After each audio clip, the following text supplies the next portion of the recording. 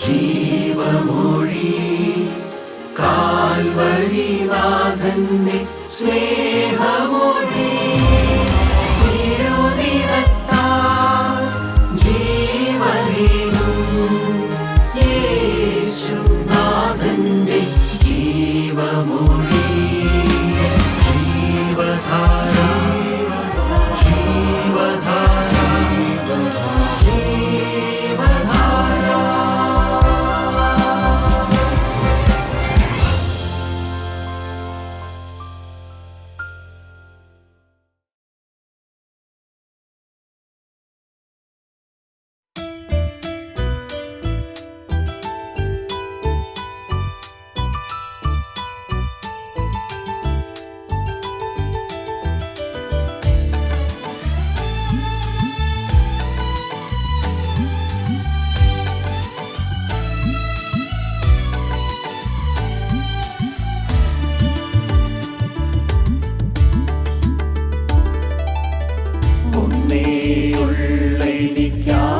എനിക്കാനന്ദമുലകിൽ യേശുവിൻ സന്നിധി അണയുവതേ. ഒന്നേയുള്ള എനിക്കാനന്ദമുലകിൽ യേശുവിൻ സന്നിധി അണയുവതേ. അന്നേരം മമ മാനസഖേദം ഒന്നായകലും വെയിലിൽ ഹിമം പോം.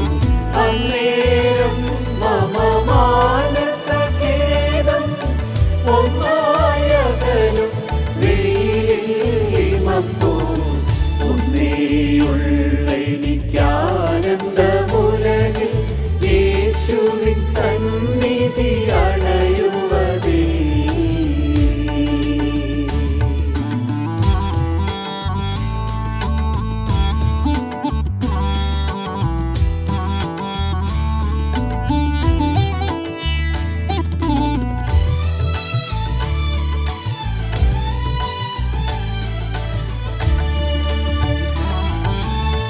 മാനം ധനമി മണ്ണിൻ മഹിമകളൊന്നും ശാന്തിയെ നൽകാതെ.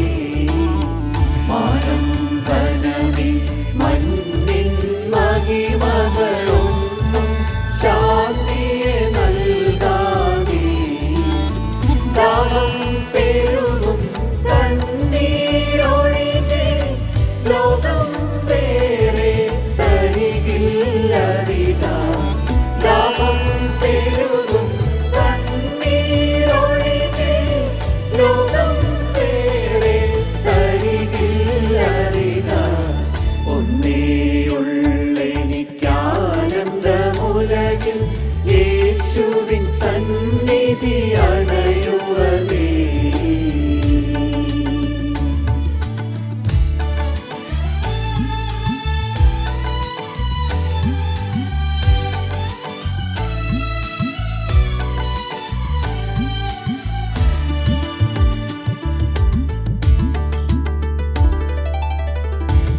നീർത്തോടുകളിൽ മാനേ പോലെ മാനസമീശനിൽ സുഖം തേടി. നീർത്തോടുകളിൽ മാനേ പോലെ മാനസമീശനിൽ സുഖം തേടി. വറ്റാ ജീവജലത്തിൻ നദിയൻ വറുമയകറ്റി നിർവൃതിയരുളി. വറ്റാ ജീവജലത്തിൻ നദിയൻ വറുമയകറ്റി നിർവൃതിയരുളി. ഒന്നേയുള്ള എനിക്കാനന്ദമുലകിൽ യേശുവിൻ സന്നിധി അണയുവതേ.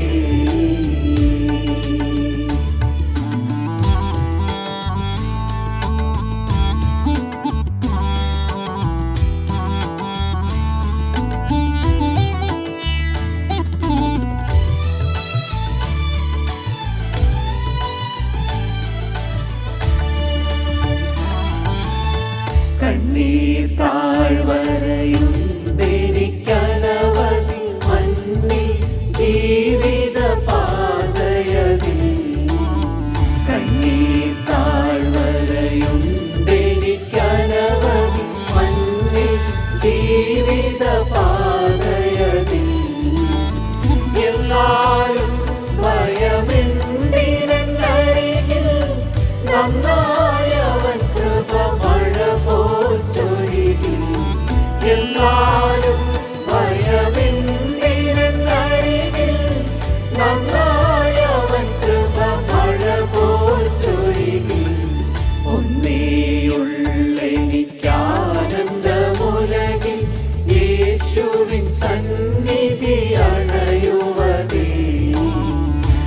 നന്ദിയുള്ളെനിക്കാനന്ദമുലകിൽ യേശുവിൻ സന്നിധി അണയുവതേ.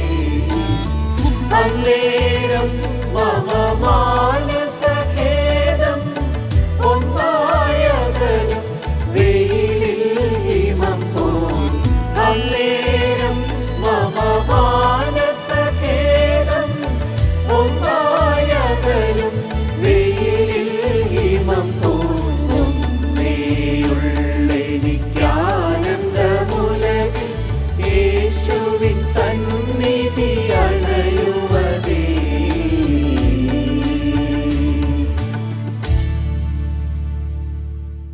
ദൈവനാമം മഹത്വപ്പെടുമാറാകട്ടെ. കർത്താവായ യേശുക്രിസ്തുവിന്റെ പരിശുദ്ധമായ നാമത്തിൽ നിങ്ങൾക്ക് എല്ലാവർക്കും എൻ്റെ വിനീതമായ സ്നേഹവന്ദനം. ഉപമകളാണ് നമ്മുടെ ധ്യാന വിഷയം. കർത്താവായ യേശുക്രിസ്തു പറഞ്ഞ ഉപമകൾ. കഴിഞ്ഞ പ്രാവശ്യം നമ്മൾ ചിന്തിച്ചത് വിശുദ്ധ ലൂക്കോസ് സുവിശേഷം 15-ാം അധ്യായത്തിലെ ആദ്യത്തെ ഉപമയാണ്. കാണാതെ പോയ ആടിൻ്റെ ഉപമ. 100 ആടുകൾ ഉണ്ടായിരുന്നു, അതിൽ ഒരെണ്ണം നഷ്ടപ്പെട്ടു. രണ്ടാമത് അവിടെ പറഞ്ഞിരിക്കുന്ന ഉപമ കാണാതെ പോയ ദ്രഹ്മപ്പണത്തിൻ്റെ ഉപമയാണ്. 10 ദ്രഹ്മപ്പണത്തിൽ ഒരെണ്ണം ആ ഒരു സ്ത്രീയുടെ ആ ദ്രഹ്മപ്പണത്തിൽ ഒരെണ്ണം നഷ്ടപ്പെട്ടു. മൂന്നാമത്തത് നഷ്ടപ്പെട്ടതായ ഒരു മകൻ്റെ ഉപമയാണ്. അത് 2-1. 2 മക്കളിൽ ഒരു മകൻ നഷ്ടപ്പെട്ടു. 100-1 നഷ്ടപ്പെട്ടത് കാട്ടിലാണ്, ആട്. 10-1 നഷ്ടപ്പെട്ടത് വീട്ടിലാണ്. 2-1 നഷ്ടപ്പെട്ടത് അന്യനാട്ടിലാണ്. ഇവിടെ നാം കാണുന്ന 3-4 കാര്യങ്ങൾ. 1 നഷ്ടപ്പെട്ടു, രണ്ടാമത് ഉടമസ്ഥൻ അന്വേഷിക്കുന്നു, മൂന്നാമത് കണ്ടെത്തുന്നു, 4-മത്തെ കാര്യം കണ്ടെത്തി സന്തോഷിക്കുന്നു. വീണ്ടെടുപ്പാണ് ഇവിടെ നടക്കുന്നത്. കൈമോശം വന്നത് ആയിരിക്കേണ്ട സ്ഥാനത്ത് ആയിരിക്കേണ്ടതായ വ്യക്തി ഇപ്പോൾ അവിടെ ഇല്ല, നഷ്ടപ്പെട്ടു. അന്വേഷിച്ചു, ഉടമസ്ഥനെ തിരികെ കിട്ടി, സന്തോഷിക്കുകയാണ്. ഹല്ലേലൂയ, ദൈവത്തിന് സ്തോത്രം. ഇന്ന് നാം ധ്യാനിക്കാൻ പോകുന്നത് നഷ്ടപ്പെട്ട ദ്രഹ്മപ്പണത്തിൻ്റെ ഉപമയാണ്. നഷ്ടപ്പെട്ട് കാണാതെ പോയ ദ്രഹ്മ. വായിച്ച ലൂക്കോസ് സുവിശേഷം 15-ാം അധ്യായം 8 മുതൽ 10 വരെയുള്ളതായ വാക്യങ്ങൾ. അല്ല, ഒരു സ്ത്രീക്ക് 10 ദ്രഹ്മ ഉണ്ടെന്നിരിക്കട്ടെ. ഒരു ദ്രഹ്മ കാണാതെ പോയാൽ അവൾ വിളക്ക് കത്തിച്ച് വീട് അടിച്ചുവാരി അത് കണ്ടുകിട്ടും വരെ സൂക്ഷ്മത്തോടെ അന്വേഷിക്കാതിരിക്കുമോ? കണ്ടുകിട്ടിയാൽ സ്നേഹിതമാരെയും അയൽക്കാരിത്തികളെയും വിളിച്ചുകൂട്ടി കാണാതെ പോയ ദ്രഹ്മ കണ്ടുകിട്ടിയതുകൊണ്ട് എന്നോടുകൂടെ സന്തോഷിപ്പിൻ എന്ന് പറയും. അങ്ങനെ തന്നെ മാനസാന്തരപ്പെടുന്ന ഒരു പാപിയെക്കുറിച്ച് ദൈവദൂതന്മാരുടെ മധ്യേ സന്തോഷമുണ്ടാകുമെന്ന് ഞാൻ നിങ്ങളോട് പറയുന്നു. ഇനി ശ്രദ്ധിച്ച എല്ലാവരും, ഒരു സ്ത്രീ, ഒരു കൊച്ചു വീടാണ് രംഗം. പാലസ്തീനിലെ ഒരു സാധു സ്ത്രീ താമസിക്കുന്ന ഒരു കൊച്ചു വീട്. ജനനങ്ങളൊന്നും തന്നെ ഇല്ല. ഒരൊറ്റ വാതിൽ മാത്രമേ ഉള്ളൂ, ഒരു ഇടുക്കുവാതിൽ. സാധാരണ മണ്ണ് ആണ് തറ. പൊട്ടി വിണ്ടു കീറിയതായ പൊടിയെല്ലാം ഉള്ളതായ തറ. അന്നത്തെ വിവാഹിതരായ സ്ത്രീക്ക് ഒരു നെറ്റിപ്പട്ടമുണ്ട്, തലക്കച്ച എന്ന് പറയും. ഇംഗ്ലീഷിൽ അത് പറഞ്ഞിരിക്കുന്ന ഹെഡ് ബാൻഡ്. 10 ദ്രഹ്മ, അത് നാണയമാണ്. കണ്ടാൽ നല്ല ഭംഗിയുണ്ട്. ചക്രവർത്തിയുടേതായ മുദ്രയുള്ളതായ 10 ദ്രഹ്മ. അത് ഇങ്ങനെ നല്ല ഒരു വെള്ളിച്ചരടിൽ കോർത്ത് ഉണ്ടാക്കിയ ശേഷം നമ്മൾ ഈ പവന് കുഴ വയ്ക്കില്ലേ, അതുപോലെ ഉണ്ടാക്കിയ ശേഷം നെറ്റിയിൽ ഇങ്ങനെ കെട്ടും. അതാണ് ഹെഡ് ബാൻഡ്. അത് കെട്ടുന്നത് വിവാഹത്തോട് ബന്ധപ്പെട്ടാണ്. വിവാഹിതരായ സ്ത്രീകളുടെ ഒരു അലങ്കാരമാണ് അത്. ഇനി അതിൽ ഏതെങ്കിലും ഒരെണ്ണം നഷ്ടപ്പെട്ടു പോയാൽ വിവാഹബന്ധം തകർന്നു എന്നാണ് അതിനെക്കുറിച്ച് പറയുന്നത്. പിന്നെ അവളത് ഉപയോഗിക്കാറില്ല. വിവാഹം കഴിച്ചെങ്കിലും ഈ ഹെഡ് ബാൻഡ് ഇല്ലാതെ, തലക്കച്ച ഇല്ലാതെ നടക്കുന്ന ഒരു സ്ത്രീ, അത് കുടുംബത്തെ തകർത്ത് തരിപ്പണമാക്കിയ ഒരു സ്ത്രീ എന്നുള്ളതായ മുദ്രയാണ്, പേരാണ് അവൾക്ക് ലഭിക്കുന്നത്. വളരെ നിന്ദയാണ്, വളരെ വേദനാജനകമായ കാര്യമാണ്. ഭാര്യ ഭർത്തൃ ബന്ധം തകർന്നു പോയ ഒരു വ്യക്തിയെയാണ് അവിടെ കാണിക്കുന്നത്. വലിയ വേദനയുണ്ട്. ദൈവമക്കളെ, പോയത് പോകട്ടെ എന്ന് വിചാരിച്ചില്ല ആ സ്ത്രീ. അത് ഉടനെ വിളക്ക് കത്തിച്ച് അടിച്ച് വാരി സൂക്ഷ്മത്തോടെ അന്വേഷിച്ചു. അങ്ങനെ പൊടിപടലങ്ങളെല്ലാം തൂത്ത് മാറ്റി അവിടെ ഇവിടെ എല്ലാം ചകഞ്ഞു നോക്കി ചെന്നപ്പോൾ ഈ ചൂല് അടിച്ചു വാരി ചെന്ന സമയത്ത് ഒരു ചെറിയ കിലുക്കം കേൾക്കാം. ആ ദ്രഹ്മപ്പണം കല്ലിനോടൊക്കെ പയ്യെ മുട്ടി ഉരുമെന്നായ ശബ്ദം. ഉടനെ വീണ്ടും നോക്കി, അത് തിരികെ കിട്ടി. അതിനെ നല്ല ഭംഗിയായി കഴുകി വൃത്തിയാക്കി. നാട്ടിൽ എല്ലായിടത്തോടെയും വീട്ടുകാരെയും സ്വന്തപ്പെട്ടവരെയും എല്ലാവരെയും വിളിച്ചു. എനിക്ക് ദ്രഹ്മ കണ്ടു കിട്ടിയത് കൊണ്ട് എന്നോടുകൂടി സന്തോഷിപ്പീനെന്ന് പറഞ്ഞു. നഷ്ടപ്പെട്ടത് തിരിച്ചു കിട്ടി. എന്താണ് ഇതിൻ്റെ പാഠം? അങ്ങനെ തന്നെ മാനസാന്തരപ്പെടുന്ന ഒരു പാപിയെക്കുറിച്ച് ദൈവദൂതന്മാരുടെ മധ്യേ സന്തോഷമുണ്ടാകും എന്ന് ഞാൻ നിങ്ങളോട് പറയുന്നു. സ്വർഗത്തിൽ സന്തോഷം. ഹല്ലേലൂയ. ഇതിനു മുൻപ് നഷ്ടപ്പെട്ടു പോയ ഒരാട് തിരികെ കിട്ടി. അപ്പോൾ എല്ലാവരെയും വിളിച്ചു വരുത്തി എനിക്ക് തിരികെ കിട്ടിയതുകൊണ്ട് സന്തോഷിക്കുവാൻ പറഞ്ഞു. അപ്പോൾ അവിടെ പറഞ്ഞിരിക്കുന്നത് സ്വർഗത്തിൽ മാനസാന്തരപ്പെടുന്ന പാപിയെ ചൊല്ലി അധികം സന്തോഷം ഉണ്ടാകും എന്ന് ഞാൻ പറഞ്ഞു. ഇവിടെ രംഗം നിങ്ങൾക്ക് വളരെ വ്യക്തമായി മനസ്സിലായി. ഏറ്റവും പ്രധാനപ്പെട്ടതായ ഒരു വാക്ക് എ ലോസ്റ്റ് സ്റ്റേജ്, നഷ്ടപ്പെട്ടു പോയതായ ഒരവസ്ഥ. C.H. സ്പർജൻ പറയും, ലോസ്, നഷ്ടപ്പെട്ടു എന്ന് പറയുന്ന വാക്കിനേക്കാൾ ഭീകരമായ മറ്റൊരു പദപ്രയോഗമില്ല എന്നാണ്. നഷ്ടപ്പെട്ടു പോയി. നഷ്ടപ്പെട്ടു എന്ന് പറയുമ്പോൾ ഒരു ഔട്ട് ഓഫ് പ്ലേസ്. ഇവിടെ ഇരുന്നതല്ലേ, ഇപ്പോൾ എവിടെയോ മണ്ണിൽ കിടക്കുന്നു. Out of place. പിന്നെ പ്രയോജനമില്ല. Out of use. പിന്നെ 100 ആടിൽ ഒരെണ്ണം നഷ്ടപ്പെട്ടു പോയ സംരക്ഷണമില്ല. ഈ ദ്രഹ്മപ്പണം ആരെങ്കിലും തട്ടിക്കൊണ്ടുപോയി അറിയാൻ പാടില്ല. Out of protection. മാത്രമല്ല, ബാക്കിയുള്ളതായ നാണയങ്ങളും ഉടമസ്ഥനുമായിട്ടുള്ള ബന്ധം നഷ്ടപ്പെട്ടു. നിങ്ങൾക്ക് മനസ്സിലായോ? നഷ്ടം വളരെ വലുതാണ്. പിന്നെ അതിനെ കൊണ്ട് ഒരു പ്രയോജനവുമില്ല. അതിരിക്കേണ്ട സ്ഥാനത്തല്ല ഇരിക്കുന്നത്. നഷ്ടപ്പെട്ടു പോയി, പ്രയോജനമില്ല. പിന്നെ സൂക്ഷിക്കാൻ ബാക്കി 9 എണ്ണം സൂക്ഷിക്കും, പക്ഷെ ഒരെണ്ണം സംരക്ഷണ വലയത്തിനുള്ളിലല്ല. നഷ്ടപ്പെട്ടു പോയ ആട് പോലെ. ദൈവമക്കളെ, ഞാൻ എന്തിനാ ഇത് പറയുന്നറിയാമോ? നിങ്ങൾ ആരെങ്കിലും ഒരു നഷ്ടപ്പെട്ട സ്ഥിതിയിലാണോ? നിങ്ങൾ ആരെങ്കിലും ദൈവസന്നിധിയിൽ നഷ്ടപ്പെട്ട അവസ്ഥാവിശേഷത്തിലാണോ? മാതാപിതാക്കന്മാരുടെ അനുസരണത്തിന് കീഴിലാണോ? മാതാപിതാക്കന്മാരുടെ വരുതിക്ക് കീഴിലാണോ? ദൈവം സന്തോഷിക്കുന്ന ഒരവസ്ഥയിലാണോ നിങ്ങളിപ്പോൾ നിൽക്കുന്നത്? ദൈവത്തിൻ്റെ കൃപാവലയത്തിനുള്ളിൽ, സംരക്ഷണ ഭിത്തിക്കുള്ളിലാണോ നിങ്ങൾ നിൽക്കുന്നത്? അതെയോ നിങ്ങൾ ഈ അതിർത്തി വരമ്പുകൾ എല്ലാം അതിലംഘിച്ച് കടന്നു പോയിട്ടുണ്ടോ? വളരെ ശ്രദ്ധയോടെ നിങ്ങൾ നോക്കേണ്ടതാണ്. നിങ്ങൾക്ക് പലപ്പോഴും ബന്ധം നഷ്ടപ്പെട്ടു പോയിരിക്കുകയാണ്. ആത്മീയ ജീവിതത്തിൽ സംഭവിക്കാവുന്ന ഏറ്റവും വലിയ നഷ്ടം എന്ന് പറയുന്നത് അത് ദൈവവും മറ്റുള്ളവരുമായിട്ടുള്ളതായ ബന്ധമാണ്. ഞാൻ നിങ്ങളോട് ചോദിച്ചാൽ നിങ്ങൾക്ക് അത് മനസ്സിലാകുമോ? കർത്താവായ യേശുക്രിസ്തുവുമായിട്ടുള്ള ഒരു പിരിയാത്ത സ്നേഹബന്ധം നിങ്ങൾക്ക് കാത്തു സൂക്ഷിക്കുവാൻ സാധിക്കുന്നുണ്ടോ? ഞാൻ ഇന്നും പ്രാർത്ഥിച്ച് ഏറ്റുപറഞ്ഞൊരു കാര്യം, കർത്താവ്, ഈ ലോകത്തിൽ എന്തെല്ലാം നഷ്ടപ്പെട്ടാലും, ഹല്ലേലൂയ, കാൽവറിയിൽ എനിക്ക് വേണ്ടി ജീവരക്തം ഊറ്റിത്തന്നെ വീണ്ടെടുത്ത കർത്താവായ യേശുക്രിസ്തുവുമായിട്ടുള്ള ബന്ധം ഒരിക്കലും മുറിഞ്ഞു പോകാൻ ഇടവരരുത്. ദൈവമക്കളെ, ജീവിതത്തിൽ ഞാൻ ഈ പറയുന്ന വാക്കുകൾ നിങ്ങൾ ശ്രദ്ധയോടെ കേട്ട് കർത്താവായ യേശുക്രിസ്തുവുമായിട്ടുള്ള ഈ ബന്ധം നിങ്ങൾ എന്ത് വില കൊടുത്തും കാത്തു സൂക്ഷിച്ചു കൊള്ളണം. ഹല്ലേലൂയ. ധന്യനായിരിക്കുന്ന പൗലോസ് പറഞ്ഞു, ഈ ലോകത്തിനോ വരുവാനുള്ളതിനോ ഉയരത്തിനോ ആഴത്തിനോ മറ്റ് യാതൊരു സൃഷ്ടിക്കോ കർത്താവായ യേശുക്രിസ്തുവിനുള്ള സ്നേഹബന്ധത്തിൽ നിന്ന് വേർതിരിക്കാൻ കഴിയുകയില്ല എന്ന് ഞാൻ ഉറച്ചിരിക്കുന്നു. ഈ ഉറപ്പ് നിങ്ങൾക്കുണ്ടോ? പാപം വരുമ്പോൾ യേശുക്രിസ്തുവായിട്ടുള്ള ബന്ധം നഷ്ടപ്പെട്ടു പോകും.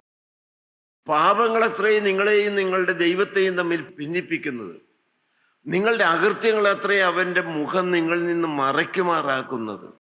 ദൈവമക്കൾക്ക് ഇത് വേണ്ടവണ്ണം മനസ്സിലാക്കണമെന്നില്ല. ഞാനും എൻ്റെ കർത്താവും തമ്മിലുള്ളതായ ബന്ധം വേദപുസ്തകത്തിൽ വളരെ വ്യക്തമായി പറയുന്നത് തലയും ശരീരത്തിൻ്റെ അവയവങ്ങളും പോലെയാണ്. തലയിൽ നിന്ന് ശരീരം വെട്ടിമാറ്റിയാലോ പിന്നെ ജീവനില്ല. കർത്താവായ യേശുക്രിസ്തു തലയാണ്, നമ്മൾ ഓരോരുത്തരും അവയവങ്ങളാണ്. ഹല്ലേലൂയ, ദൈവത്തിന് സ്തോത്രം. ആ ബന്ധം രക്തബന്ധമാണ്. കാൽവറിയിലെ കർത്താവായ യേശുക്രിസ്തു ഊറ്റിത്തന്ന രക്തത്തിന്റെ ബന്ധപ്പെട്ടവരാണ് നമ്മൾ ഓരോരുത്തരും. മാർട്ടിൻ എന്ന് പറയുന്ന ഒരു ദേവദാസനാണെന്നാണ് എൻ്റെ ഓർമ്മ. കർത്താവായ യേശുക്രിസ്തുവിന്റെ നിർമ്മല സുവിശേഷം ശക്തിയോടെ പരസ്യമായും രഹസ്യമായും വീടുതോറും വ്യക്തികളെ കണ്ടും ഘോഷിച്ചു. യേശുവിന്റെ നാമത്തിൽ ഈ സുവിശേഷ വേല നടത്തരുത് എന്ന കർശനമായ നിർദ്ദേശം പട്ടാള മേധാവികളിൽ നിന്നുണ്ടായി. പക്ഷെ അദ്ദേഹത്തിന് യേശുക്രിസ്തുവിനെ സാക്ഷിക്കാതിരിക്കാൻ, മൗനമായിട്ടിരിക്കാൻ സാധിച്ചില്ല. അദ്ദേഹത്തെ പിടിച്ചുകൊണ്ട് ചെന്നു, നിനക്ക് വേണമെങ്കിൽ ജീവിക്കാം, പക്ഷേ എനിക്ക് മിണ്ടാതിരിക്കാൻ സാധ്യമല്ല. ദൈവമക്കളെ, നടന്ന കാര്യമാണ് പറയുന്നത്. ഞാൻ ഞെട്ടലോടെ അത് വായിച്ചു. അദ്ദേഹത്തിന്റെ വലതുകരം ഇങ്ങനെ പൊക്കി പിടിക്കാൻ പറഞ്ഞു. ദൈവത്തിന് സ്തോത്രം. യേശുവിനെ തള്ളിപ്പറയാൻ നിനക്ക് മനസ്സില്ലെങ്കിൽ ഈ കൈ നിന്നോട് ചേർന്ന് കാണുകയില്ല എന്ന് പറഞ്ഞു. ഞാൻ യേശുവിനെ തള്ളിപ്പറഞ്ഞിട്ടൊരു കൈ എനിക്ക് വേണ്ട, ഈ വേദപുസ്തകം പിടിക്കുന്ന കൈ. ദൈവമക്കളെ, അല്പസമയം കഴിഞ്ഞപ്പോൾ ഈ കൈ താഴെ കിടന്ന് പിടയുകയാണ്. നിനക്ക് ഒറ്റ കൈയ്യനായിട്ട് വേണമെങ്കിൽ ജീവിക്കാം, ഒരു വാക്ക് യേശുവിനെ തള്ളിപ്പറഞ്ഞാൽ മതി. പറയില്ല, മറ്റേ കൈ നീട്ടാൻ പറഞ്ഞു. അത് വിശീകരിക്കാൻ എനിക്ക് കഴിവില്ല. മറ്റേ കൈയും കിടന്ന് പിടയ്ക്കുകയാണ്. നിങ്ങൾക്ക് കേൾക്കണോ? 2 കാലുകളും മാറി മാറി വെട്ടി. നിനക്കിപ്പോൾ നിരങ്ങി ഇങ്ങനെ നടന്ന് ഭിക്ഷ അയച്ച് ജീവിക്കാൻ വേണമെങ്കിൽ ജീവനോട് നിനക്ക് ഇവിടുന്ന് പോകാമെന്ന് പറഞ്ഞു. എനിക്ക് അറയിൽ നിരങ്ങി നടന്നാലും യേശു നല്ലവനാണ് എന്ന് എൻ്റെ നാവുള്ള കാലത്തോളം ഞാൻ സാക്ഷി. ദൈവത്തിന് സ്തോത്രം. എന്നാൽ നിന്റെ കഴുത്ത് വെട്ടാൻ പോവുകയാണെന്ന് പറഞ്ഞു. ദൈവമക്കളെ, ഞാൻ ആലോചിച്ച് പറയുന്ന കാര്യമല്ല. എന്നാൽ നിന്റെ കഴുത്ത് വെട്ടാൻ പോവുകയാണ്, തല വെട്ടി മാറ്റാൻ പോവുകയാണ്. അടുത്ത വാക്ക് പറയാൻ എനിക്ക് എന്ത് യോഗ്യത? സീനിയേഴ്സ് ഉൾപ്പെടെ എല്ലാവരും അതൊന്ന് കേൾക്കണം. നമ്മുടെ ആത്മീയത്തിൻ്റെ ആഴം എന്താണ്? ആ വിദ്യാഭ്യാസമൊന്നുമില്ലാത്ത കർത്താവിൻ്റെ തീക്കടുത്ത വചനം പറയുന്നതായ ദേവദാസൻ പറഞ്ഞത്, നിങ്ങൾക്ക് എൻ്റെ ശരീരത്തിൽ നിന്ന് തല വെട്ടി മാറ്റാം, പക്ഷെ എൻ്റെ ചങ്കിനകത്തിരിക്കുന്ന യേശുവിനെ പറിച്ചു മാറ്റാൻ നിങ്ങൾക്ക് കഴിയുകയില്ല. ഹല്ലേലൂയ. ആ വ്യക്തിയെ സ്വർഗത്തിൽ ചെല്ലുമ്പോൾ ഒന്ന് കാണണമെന്ന് എനിക്കുണ്ട്. എല്ലാവരും കേട്ടോ അത്. നിങ്ങൾക്ക് എൻ്റെ കൈകൾ 2 വെട്ടി മാറ്റാം, ഓക്കെ, കാലുകൾ 2 വെട്ടി മാറ്റാം. ദൈവത്തിന് സ്തോത്രം. എൻ്റെ തല കഴുത്തിൽ നിന്ന് വെട്ടിമാറ്റാം, പക്ഷെ എൻ്റെ ചങ്കിനകത്തിരിക്കുന്ന പ്രാണപ്രിയനെ പറിച്ചു മാറ്റാൻ ഈ ലോകത്തിലെ ഒരു ശക്തിക്കും ഒരു പട്ടാളത്തിനും സാധ്യമല്ല. യുവതലമുറ ഇതൊരു വെല്ലുവിളിയായിട്ടെടുക്കണം. പക്ഷെ നിങ്ങൾക്ക് അനേകർക്കും അപ്രകാരം ഒരു ബന്ധം കർത്താവായ യേശുക്രിസ്തുമായിട്ടുണ്ടോ? ദൈവനാമം മഹത്വപ്പെടുമാറാകട്ടെ. ഈ കർത്താവായ യേശുക്രിസ്തുമായിട്ട് പിരിയ ബന്ധം, തായ്തണ്ടിനോട് ചേർന്നിരിക്കുന്ന ചില്ലി പോലെ അഭേദ്യമായ സജീവമായിരിക്കുന്ന ഒരു ബന്ധം. ദൈവമക്കളെ, കൂട്ടായ്മ എന്ന് പറയുന്നത് that is not an organisation, but it is an organism. നിങ്ങൾക്ക് മനസ്സിലാവുമോ? അത് ഒരു സംഘടനയൊന്നുമല്ല, അതൊരു ക്ലബൊന്നുമല്ല, അതൊരു കൂടിവരവൊന്നുമല്ല. കൂട്ടായ്മ എന്ന് പറയുന്നത് ദൈവമായിട്ടുള്ള സജീവമായ രക്തത്തിന്റെ ബന്ധത്തിന്റെ ശക്തിയാണ്. ഹല്ലേലൂയ. നമ്മളെല്ലാവരും ഒരേ രക്തത്തിന്റെ അംശികളാണ്. അവിടെ വലിപ്പച്ചെറുപ്പമൊന്നുമില്ല. ഞാനിവിടെ വാർദ്ധക്യത്തിൽ വന്ന് വചനം പറയുന്നതായ ഒരു റിട്ടയർഡ് പ്രൊഫസറാണ്, ശരിയാണ്. വിദ്യാഭ്യാസമൊന്നും ഇല്ലാത്തതായ ആരെങ്കിലും ഒക്കെ ഇവിടെ കാണും, സൗന്ദര്യമില്ലാത്തവർ കാണും, രോഗാവസ്ഥയിലുള്ളവർ കാണും. പക്ഷെ ഈ പ്രൊഫസർ CM മാത്യു സാറിനും എട്ടും പൊട്ടും തിരിയാത്ത ഏതെങ്കിലും ഒരു വാടക വീട്ടിൽ അല്ലെങ്കിൽ പുറമ്പോക്കിൽ താമസിക്കുന്ന ഒരു പാവപ്പെട്ട ദൈവദാസനും ദൈവം കൽപ്പിച്ച വില ഒന്ന് തന്നെയാണ്. അദ്ദേഹം കൂട്ടായ്മയ്ക്ക് നേതൃത്വം കൊടുക്കുന്ന ഒരു പ്രൊഫസറല്ലേ. അതുകൊണ്ട് കർത്താവായ യേശു ക്രിസ്തു വലിയ വില വല്ലതും കൊടുത്തു, ചങ്കിലെ ചോര കൊടുത്തു. ഒരു വിദ്യാഭ്യാസവും സൗന്ദര്യവും ഒന്നും ഇല്ലാത്ത വ്യക്തിക്ക് എന്താ വില കൊടുത്തത്? എൻ്റെ പൊന്നു കർത്താവിൻ്റെ തങ്കിലെ ചോരയാണ്. അതുകൊണ്ട് നിങ്ങൾ മോശക്കാരും ഞാൻ കേമനുമാണെന്ന് ധരിച്ചാൽ എന്നേക്കാൾ മണ്ടനില്ല.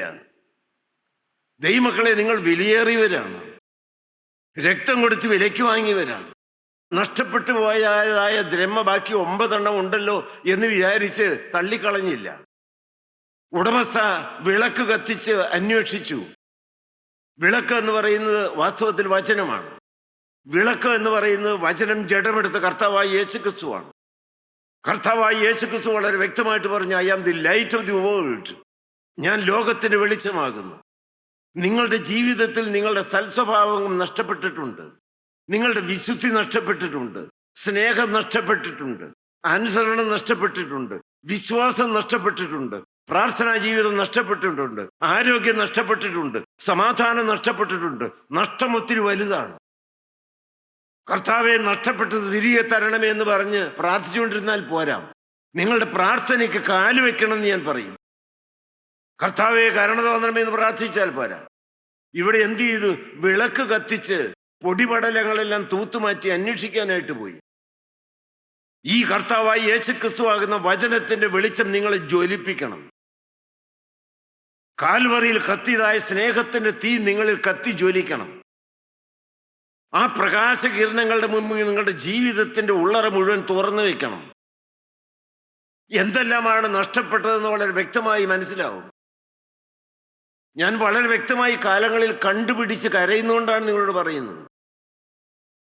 കർത്താവെ, വിനയം നഷ്ടപ്പെട്ടു പോയ രംഗങ്ങളുണ്ട്, വിശുദ്ധി നഷ്ടപ്പെടുന്ന രംഗങ്ങളുണ്ട്, താഴ്മയുടെ സ്ഥാനത്ത് പൊങ്ങച്ചം വരുന്ന ചില രംഗങ്ങളുണ്ട്, പ്രശംസ വരുന്ന ചില രംഗങ്ങളുണ്ട്, പൈശാചിന് ഇടം കൊടുത്ത ചില രംഗങ്ങളുണ്ട്, പ്രാർത്ഥനാ സമയം കുറഞ്ഞു പോയ ബലഹീന നിമിഷങ്ങളുണ്ട്. ഹല്ലേലൂയ, ദൈവത്തിന് സ്തോത്രം.